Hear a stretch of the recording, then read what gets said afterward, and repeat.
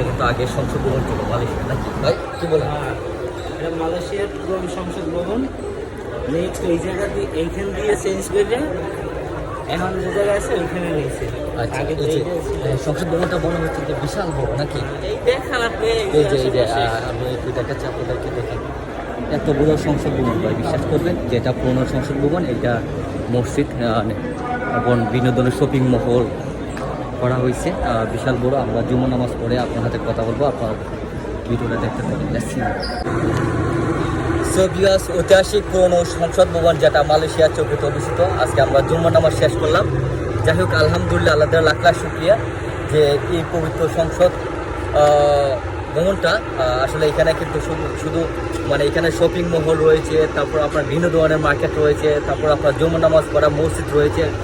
সব কিছু মিলে আজকে মনে হচ্ছে যে আজকে জুম্মার দিনটা আমার কাছে খুবই স্পেশাল একটা ডে, যেহেতু নামাজটা পড়তে পারলাম আর সকল মুসলমান কমিউনিটি মুসলিম ভাইদেরকে নিয়ে এই জিনিসটা ভালো লাগলো। আর দেখেন এই যে এটা হচ্ছে আমাদের বাসা, এই যে এটা হচ্ছে আপনার বিস্তারি যেটা বলা হয়, বিস্তারি ভবনগুলো আপনারা দেখতে পাচ্ছেন।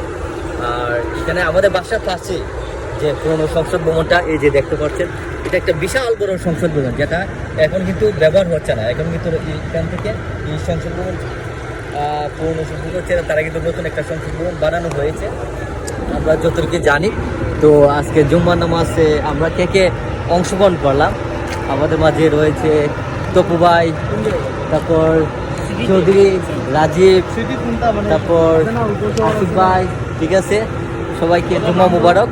আজকে এই ভিডিওটা স্পেশালি আমার জন্য বেশ একটা স্পেশাল, কারণ আজকে ওয়েদারটা ভালো ছিল আর জুম্মা নামাজ তো বুঝুনি যে পবিত্র জুম্মার দিন মুসলমানদের অজিত দিন বলা হয়। আমরা যতটুকু জানি এই শহরটা খুবই সুন্দর, আর অবশ্যই মালয়েশিয়া ওয়েদারটা একটু ডিফারেন্ট থাকে।